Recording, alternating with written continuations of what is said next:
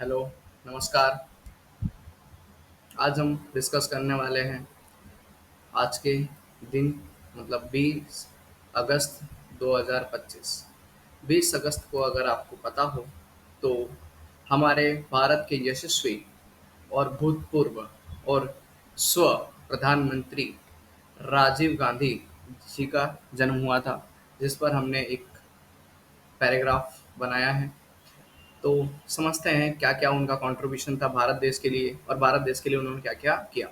Birth anniversary of youngest prime minister of India. बच्चा अगर मैं आपको बता दूं तो ये भारत के सबसे युवा प्रधानमंत्री थे जी जिन्होंने 40 की उम्र में भारत के प्रधानमंत्री पद की शपथ ली थी। राजीव गांधी 20/4/1944 को इनका जन्म होता है और 21/5/1991 को इनका असैसिनेशन होता है। असैसिनेशन का अर्थ ये होता है कि इनके ऊपर अटैक होता है, जिस अटैक में इनका देहांत हो जाता है। Youngest prime minister of India Rajiv Gandhi become the prime minister of India in 1984 at the age of just 40। बच्चा ये जब 40 साल के थे उसी उम्र में ये 1984 में भारत देश के प्रधानमंत्री बने थे, making him the youngest person ever to hold the office. बच्चा इस ऑफिस पे या इस पोस्ट पर जाने वाले ये प्रथम ऐसे व्यक्ति थे जो कि कम उम्र के थे। He stepped into leadership following the tragic assassination of his mother Indira Gandhi. बच्चा इन्होंने देखा था कि इनकी जो माताश्री हैं, हमारी जो आयरन लेडी है इंदिरा गांधी, उनकी उनके जो असैसिनेशन हुआ था, जो उनके ऊपर गोलियां चली थी, उस गोलियों के बाद भी इन्होंने उस चीज़ को या कांग्रेस की लीडरशिप को लिया और उसके बाद कांग्रेस के एक भावी नेता बने, कांग्रेस के ये प्रेसिडेंट बने और साथ साथ में अगर बात किया जाए तो भारत के सबसे युवा प्रधानमंत्री बने।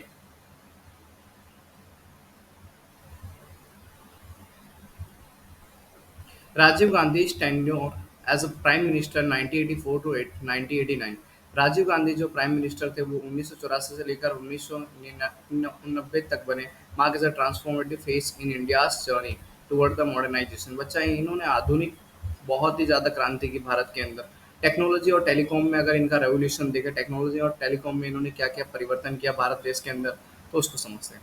सबसे पहले अगर हम जानते हैं तो इन्होंने सी डॉट बनाया, centre for development of telematics in 1984 to advance India's telecom infrastructure.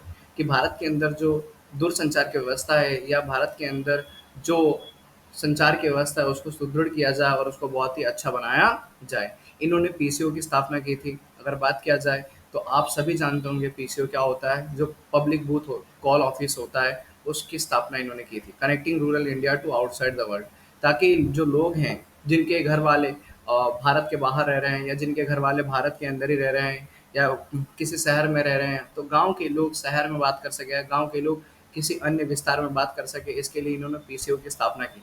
इसके अलावा इन्होंने एमटीएनएल महानगर टेलीफोन निगम लिमिटेड इनकी स्थापना की 1986 के अंदर to expand urban telephone service, ताकि शहरी क्षेत्रों के अंदर हम क्या कर सकें, जो हमारे देश के अंदर है शहरी क्षेत्रों के अंदर दूरसंचार की जो व्यवस्था है बहुत ही अच्छी हो सके। इस policy let the ground work for India's IT boom.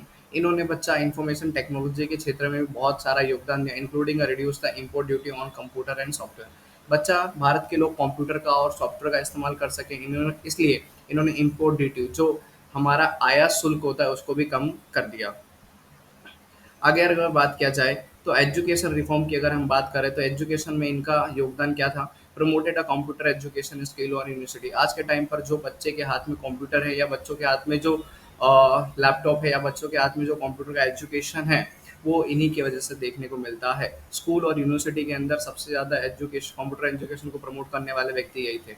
Pass the national policy on education. बच्चा इन्होंने एनपीई जो कि आज के टाइम पे भी हम फॉलो करते हैं वो चल रहा है, to improve the access and quality of education, जिससे जो एजुकेशन है जो शिक्षा है उसको और अच्छा और बेहतरीन बनाया जाए भारत के अंदर। भारत के हर एक व्यक्ति के पास, भारत का हर एक बालक के पास एजुकेशन हो, शिक्षा हो। इस वजह से इन्होंने एनपीई पॉलिसी लेकर आए थे। Supported the creation of Indira Gandhi national open university.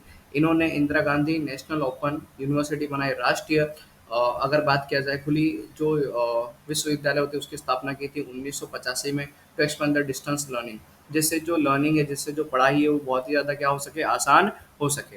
Youth empowerment अगर हम बात करें कि भैया युवाओं में इन्होंने क्या क्या बढ़ावा दिया है, तो enhance the first 61st constitutional amendment lowering the voting age from 21 to 18 years, giving a millions of a young Indians a voice in democracy। बच्चा जो 61वां संविधान संशोधन था ये लेकर आया, जिसके अंदर जो चुनाव की जो आयु थी या मतदान करने की जो आयु थी 21 वर्ष से घटाकर इन्होंने 18 कर दी, जा ताकि जैसे लाखों लोग, या अगर बात किया जाए हमारे भारत के अंदर 50 लाख, 20-60 लाख ऐसे जो युवा थे जो कि 18 की एज में थे, उनको क्या मिल सके, वोटिंग का अधिकार, या अगर बात किया जाए मतदान का अधिकार मिल सके, जिससे अर्थतंत्र के अंदर या हमारे देश के अंदर उनकी आवाज को सुना जाए। Grass root democracy. बच्चा अगर बात किया जाए लोकतंत्र में इन्होंने क्या क्या किया, तो कैंपेन पंचायती राज इंस्टीट्यूशन, इन्होंने बच्चा पंचायती राज इंस्टीट्यूशन या पंचायती राज संस्था की को लाया। Laying the foundation of decentralization governance, इन्होंने भारत के अंदर विकेंद्रीकृत शासन को बहुत ही ज़्यादा बढ़ावा दिया।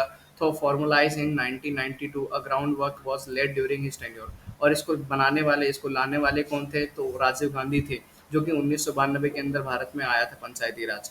और लीगल एंड सोशल रिफॉर्म की अगर बात किया जाए, इंट्रोड्यूस है एंटी डेफेमेशन लॉ, जो कि हमारे 52वें संविधान संशोधन से आया था, to curb the political instability cause by the frequent party switching.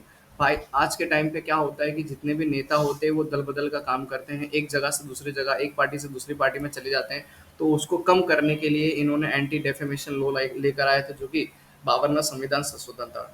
To controversial stance on issue like the Shah Bano case, इन्होंने शाहबानो केस में बैलेंस किया सेकुलरिज्म और माइनॉरिटी राइट को।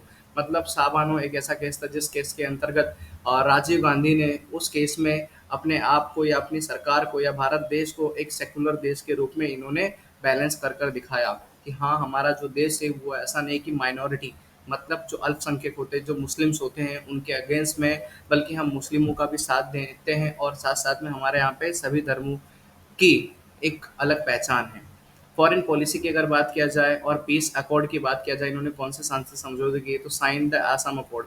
बच्चा ये आसाम अकॉर्ड लेकर आए, मिजोरम पीस अकॉर्ड लेकर आए, मिजोरम में शांति समझौता लेकर आए, राजीव लोंगोवाल अकॉर्ड लेकर आए, aiming to resolve the regional conflict. बच्चा जो हमारे क्षेत्रीय विवाद होते हैं उसको खत्म करने के लिए बहुत सारे इन्होंने संधियां करी, समझौते किए। Send the Indian peace keeping force, इन्होंने आईपीके एफ को श्रीलंका भेजा, ताकि श्रीलंका के अंदर जितने भी रीजनल इंगेजमेंट है, श्रीलंका के अंदर जितने भी समझौते हैं वो हमारा भारत देश कर सके और श्रीलंका के अंदर शांति कर सके। मतलब हमारा एक ऐसा देश जिसकी पहचान है कि हम शांति पूरी दुनिया में काम करना चाहते हैं। ये काम हमारे राजीव गांधी एक भावी प्रधानमंत्री थे जिन्होंने करके दिखाया था, और आज भी वो हमारी यादों में हैं और आज भी हमारे भारत की एक अलग छाप छोड़ते हैं। राजीव गांधी का असैसिनेशन नहीं होता तो भारत की जो रूपरेखा है वो कुछ अलग ही होती। ठीक है, अगर मुझसे कोई गलती हो रही है तो आप उसके लिए मुझे क्षमा कर देना। ये था हमारा थोड़ा सा समरी, जो कि हम आज के दिन, आज के शुभ अवसर पर, जो कि राजीव गांधी जी की बर्थ एनिवर्सरी है, उस पर हमने थोड़ा बनाया है। Thank you for watching.